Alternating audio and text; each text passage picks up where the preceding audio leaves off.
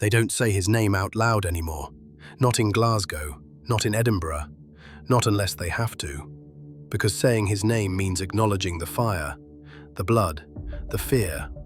Ross Miami McGill, a teenage sprinter who ran one lap for Scotland, then vanished into a world where the finish line is measured in millions of pounds and burnt-out cars.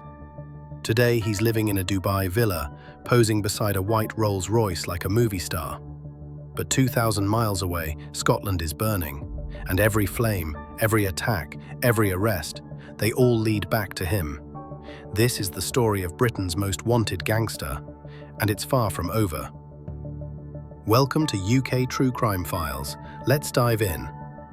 While McGill cruises the manicured boulevards of Dubai Hills, Scotland is burning. Homes explode in the night. Businesses are swallowed by flames. Driveways turn into infernos. In the cold, unforgiving eyes of the underworld, McGill has become something far more dangerous than a criminal. He's become a symbol, the face of Britain's bloodiest, most brutal gang feud. Before the name Miami carried weight in the underworld, before it was whispered in fear, Ross McGill's reputation was built on something pure: speed. At 17, he was a teenage sprinting sensation. Reports at the time described him as a promising young runner, tipped for bigger things, destined for greatness. On paper, it should have been the start of a career that might have carried him into stadiums packed with thousands, onto podiums draped in medals, into a clean public life bathed in applause. But the run was brief. McGill made just one appearance in a Scotland vest. One lap. That would be his only taste of national competition, his only moment in the spotlight that didn't come with handcuffs or headlines. Not long after, the track shoes were put away. The focus shifted. The race he chose wasn't measured in hundredths of a second anymore. It was measured in survival, money, and power. Looking back, people who knew him say McGill always seemed to be aiming higher than sport. The discipline of training gave him focus, yes, but it also put him in touch with crowds, with networks, with people who operated beyond the track. Those early years planted seeds, dangerous seeds. The idea that he could be more than just another runner from East Kilbride. By 2025, McGill's name isn't found in athletics results or record books. It's buried deep in Gangland reports, whispered in police briefings, and scrawled across wanted lists. He's described as one of Britain's most notorious new crime lords, the man pulling strings in a feud that has left Scotland scarred, bleeding, and afraid. Reports claim he lives freely in Dubai, untouchable, while his network keeps the violence alive back home like a fire that refuses to die.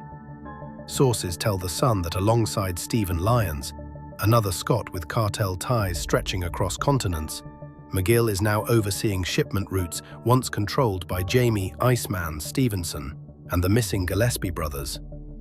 Lyons is said to be raking in up to £3 million a month. McGill's proximity to that fortune, to that power, has rocketed his profile to the absolute top tier. A white Rolls-Royce in Dubai, black smoke from firebombed houses in Glasgow.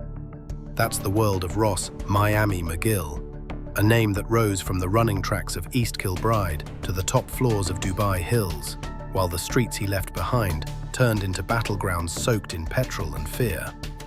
This pivot, from sprinting lanes to street lanes, is the first step in his transformation.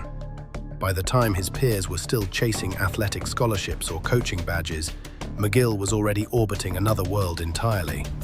The medals and finish lines never came. What came instead was notoriety. The contrast would only sharpen in later years. A teenager once lauded for speed would become a man described as the face of Scotland's bloodiest gang war. The clean-cut image of an athlete was gone, burned away. And the race he now ran was one where the finish line was measured in firebombs, arrests, and whispered names that carried weight in the dark. If athletics had been McGill's first stage, Ibrox was his second. By 2008, at just 14 years old, he joined the Union Bears, a Rangers ultras group that was then just emerging from the shadows of the terraces. What started as chants, flags, and smoke bombs on match days would give McGill something else entirely: a taste of loyalty, leadership, and the theatre of control. Over the next decade, he rose through the ranks like a man possessed. By 2021, McGill was the Union Bears capo, the frontman with the megaphone, the figure who directed thousands of voices in perfect, roaring unison. It gave him an access all areas pass at Ibrox, from the terraces to behind the scenes, from the stands to the inner circles. He was in the photos, posing with Rangers manager Steven Gerrard and captain James Tavernier.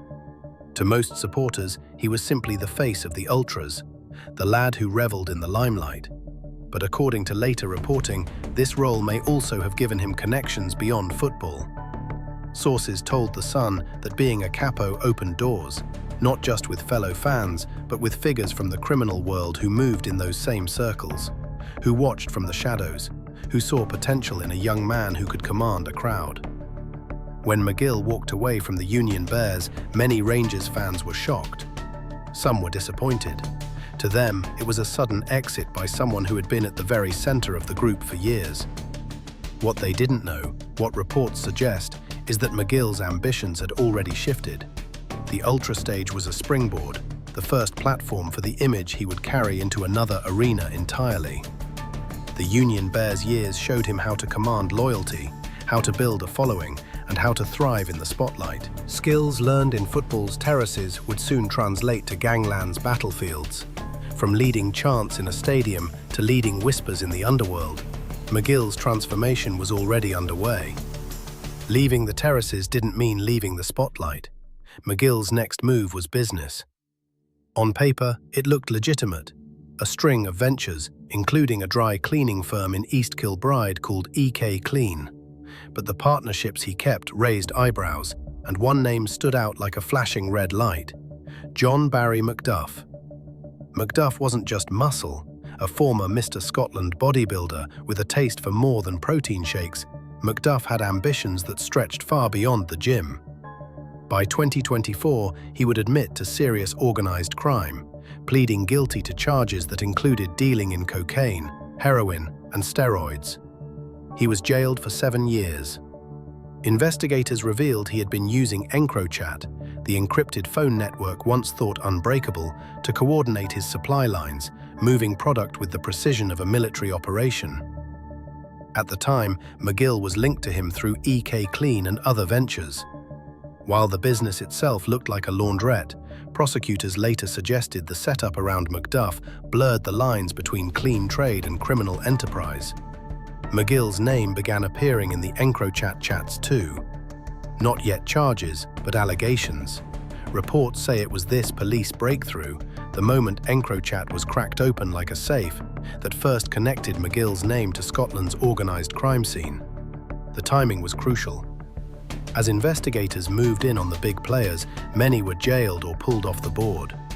For others, it was the chance to move up. McGill didn't stay in East Kilbride long. Facing those early allegations, he left Scotland behind, first Spain, then Dubai. What looked like a small-town dry cleaner became the launchpad for a fugitive life. Macduff's downfall in 2024 was proof of what the authorities could do with a cracked phone. For McGill, it was also opportunity. The moment the ranks above him thinned, leaving space for someone ambitious, connected, and ruthless enough to climb. By the time McGill left East Kilbride, the climb had already begun. Reports suggest McGill wasn't moving alone. He was being ushered upwards by one of Scotland's most notorious figures, James "The Doon" White. White was the head of a super gang with reach stretching far beyond Glasgow. Ties with cartels in South America and Europe, moving cocaine on an industrial scale. But in 2023, the empire cracked. White was arrested abroad, extradited, and jailed. It's believed that before his fall, White introduced McGill to contacts at the highest levels of the drug trade. Contacts that placed the former sprinter into a new league, a step away from the lower-level associates he had been around back home. White's lieutenants included Paul Fleming, who later faced his own sentence for trafficking. McGill's name began to surface in the same orbit, circling the same power. By 2022, McGill and his girlfriend, dental nurse Olivia Newell, had left the UK. First Spain, where British gangs often find shelter, then further afield, into the gated luxury of Dubai Hills. Olivia wasn't just a partner, her family carried their own ties to Scotland's underworld. Reports note that she is the cousin of Lloyd Cross, a kingpin jailed in 2024 for his role in a £100 million cocaine smuggling conspiracy. The Dubai move was no retreat. From a detached villa in the Emirates, McGill had space, safety, and prestige. With White behind bars and other senior figures falling around him, there was a gap at the top of Scotland's underworld network. McGill stepped into it. It was the perfect storm. Introductions from White, proximity to Cross, and distance from the police. From 2022 onwards, Ross Miami McGill wasn't just a name from East Kilbride. He was a name spoken in Dubai, where exiles become bosses, and fortunes are measured not in pounds, but in tons. Every empire has its architects. For McGill's generation, the blueprint came from Jamie "Iceman" Stevenson. Stevenson had been described in court as one of Scotland's most resourceful traffickers, a man who shifted cocaine in banana shipments from Ecuador while running what prosecutors compared to a Breaking Bad-style Valium factory back home. By 2023, he was finished. Jailed for 16 years, the empire he built was suddenly leaderless.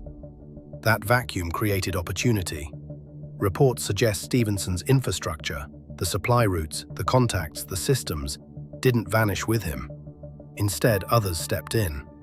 Investigators noted that McGill had been pictured alongside Stevenson himself, as well as Stephen "Jimmy" Jameson, another Scottish figure with underworld weight. Those images told their own story. McGill wasn't an outsider looking in. He was in the room, building currency through association. Then there were the Gillespie brothers, James and Barry. Long before they disappeared from view, they ran routes into the UK that became the backbone of Scotland's cocaine trade. Sources claim McGill, along with Stephen Lyons, is now connected to the same lines, inheriting what Stevenson and the Gillespies left behind. The Iceman's downfall was a landmark in Scottish gangland history, but where others saw collapse, McGill saw ascent. With the old guard jailed or vanished, the field was wide open. His rise was rocket-fueled by the very structures Stevenson and his allies had spent years perfecting. In Dubai Hills estate, the villas all look the same. Clean lines, palm trees, and gates that keep the noise out. Behind those gates, two Scots set up shop within minutes of each other. Ross Miami McGill and Stephen Lyons. Lyons' name had already been written into police files years earlier. A vending machine boss from Kirkcaldy, he was jailed in 2007 after being caught in a packaging plant with £250,000 worth of cocaine. He served 4 years, then stepped back into a lavish lifestyle. Reports showed him arriving at his wedding on a helicopter in Santorini in 2016, a scene that looked more like a movie than a marriage. By 2025, his fortune had grown exponentially. Sources told The Sun that Lyons was making between £2 million and £3 million a month, moving cocaine shipments into Europe and the UK. Those same reports claimed McGill was close by, sharing both the postcode and the profits. The two men were said to be overseeing shipment routes once controlled by Jamie "Iceman" Stevenson and the Gillespie brothers, routes stretching from Colombia and Ecuador through Spain into Britain. The balance was clear. Lyons was described as the organizer, making sure shipments left Spain and arrived intact. McGill, meanwhile, was said to clip bits from the same routes, drawing from Stevenson's legacy while building his own. Both men were now based in the Emirates, living in luxury, while the streets of Scotland bore the cost. The image didn't hide the reality. McGill was still being named in reports as the face of firebombings, machete assaults, and murder bids back home. Yet, in Dubai, he posed beside his white Rolls-Royce, the desert roads as much a catwalk as a getaway. It was the purest form of the modern gangster myth. A villa in the Gulf, a fortune in the shadows, and a war raging thousands of miles away. Every gang war has a spark. For this one, sources point to a debt gone horribly wrong. In early 2025, Ross McGill was said to have been swindled out of £500,000. Reports claimed the money had been handed over to associates of Edinburgh crime boss, Mark Richardson. But what came back wasn't cash at all. It was counterfeit, a con that might have fooled others, but in Gangland, shorting a man with ambition was never going to go unpunished. The story that spread was brutal. McGill, sources allege, put a price on the heads of those he believed were responsible. The figure was whispered as £100,000 a head. Not a rumour designed for headlines, but the kind of number that makes even close allies start looking sideways. Then came the violence. From April onwards, Scotland was hit by wave after wave of attacks. Homes and businesses linked to rivals were torched in firebombings, driveways burned, glass shattered. Machetes came out in the streets. Reports from Police Scotland described dozens of incidents. By the summer, the toll was clear. More than 50 arrests had been made in connection with the feud. Detectives were dealing not with isolated hits, but with an ongoing war. And while McGill remained hundreds of miles away in Dubai, his name was tied to the chaos back home. Underworld sources told The Sun that McGill had become the face of the ongoing chaos in Scotland, not because he was the only man involved, but because the scale of the feud seemed to orbit around him. For communities caught in the crossfire, that face was visible only in flames. The mark of a war fueled by counterfeit money, vengeance, and ambition with no ceiling. In June 2025, the feud seemed to reach a new, terrifying level when an attack landed not on a rival, but on the doorstep of Ross McGill's girlfriend's family. Reports from Scotland said that a black taxi belonging to George Newell, Olivia's father, was targeted outside the family home. Petrol was poured, flames tore through the vehicle, and by the time the fire was out, the taxi was a wreck. Its roof and frame burned beyond repair. For investigators, it was a clear escalation. Firebombings had hit houses, cars, and businesses across the Central Belt. But this one was different. It brought the fight to the family of the woman closest to McGill. Every report carried the same clarification.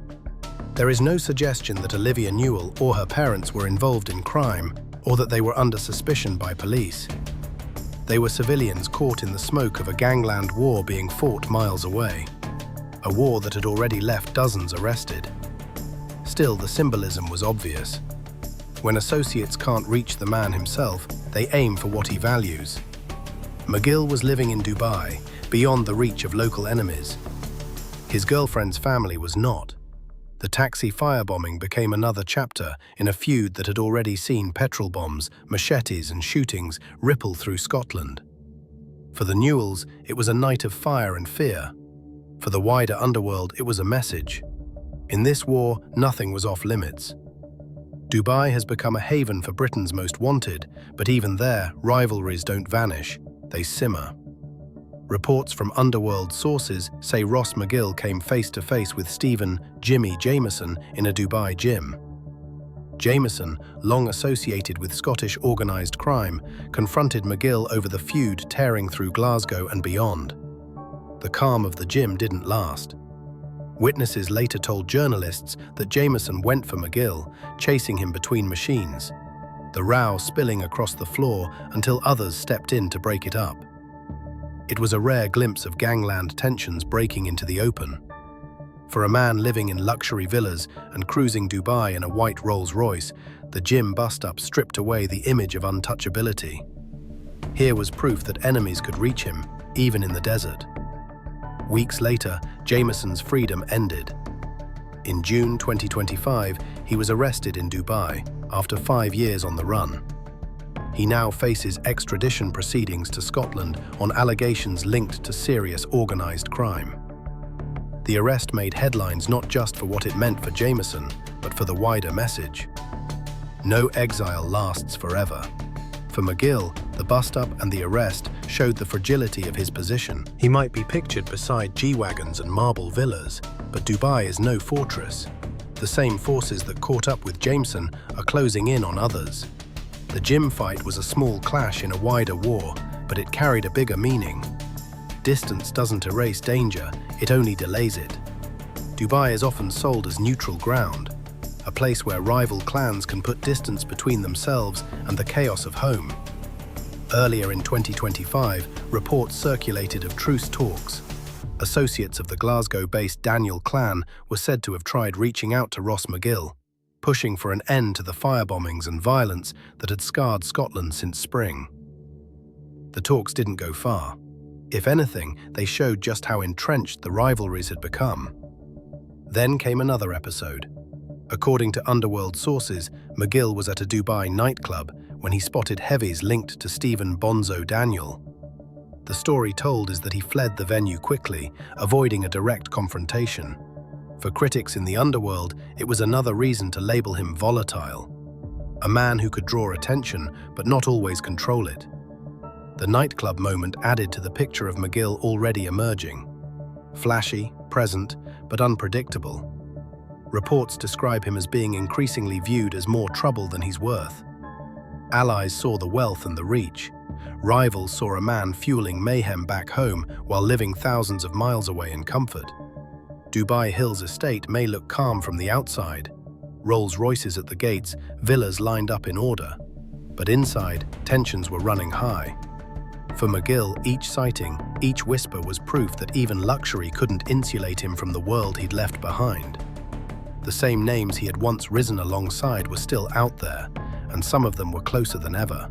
In Gangland, even paradise eventually comes with shadows. By the close of summer 2025, one label kept repeating in the headlines. Ross, Miami McGill, Scotland's most wanted gangster. It was a phrase built as much on perception as on charge sheets. McGill had not been convicted of orchestrating the feud, but his name had become shorthand for it. Reports described him as Britain's most notorious new crime lord, the figure at the center of firebombings, machete assaults, and murder bids that left neighborhoods scorched. Part of the notoriety came from contrast. While Scotland's streets burned, McGill was photographed living in the luxury Dubai Hills estate. The images reinforced the idea of a man untouchable, free in the Gulf, while dozens were arrested back home.